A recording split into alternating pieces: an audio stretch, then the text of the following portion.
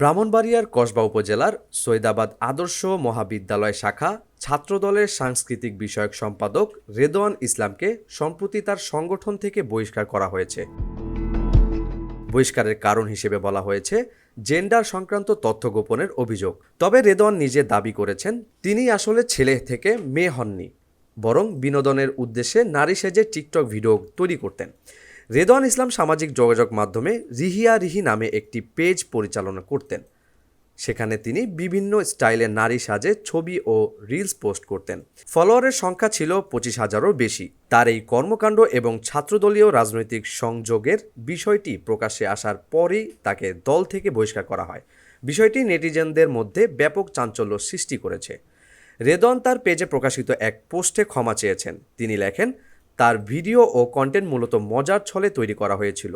তিনি স্বীকার করেছেন কিছু মানুষ তার ভিডিও দেখে কষ্ট পেয়েছেন এবং এজন্য তিনি দুঃখিত। তিনি অনুরোধ করেছেন মানুষ তাকে রাস্তায় বা অন্য কোথাও দেখলে খারাপ মন্তব্য না করে।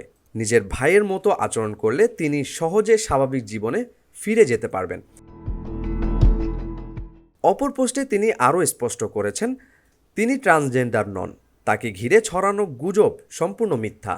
তিনি একজন পূর্ণবয়স্ক ছেলে এবং দীর্ঘদিন ধরে সাংস্কৃতিক কার্যক্রমের সঙ্গে যুক্ত একজন সংস্কৃত কর্মী। তিনি জানিয়েছেন ইতোমধ্যে তার ভিডিও ও কন্টেন্ট সরিয়ে ফেলা হয়েছে এবং ভবিষ্যতে আরও সতর্ক থাকবেন। রেদওয়ান ইসলাম বর্তমানে তার টিকটক ও ইনস্টাগ্রাম আইডি ডিঅ্যাক্টিভ করেছেন। এই ঘটনায় সামাজিক মাধ্যমে আলোচনার মধ্য দিয়ে নেটিজেনরা বিভিন্ন প্রতিক্রিয়া জানাচ্ছে।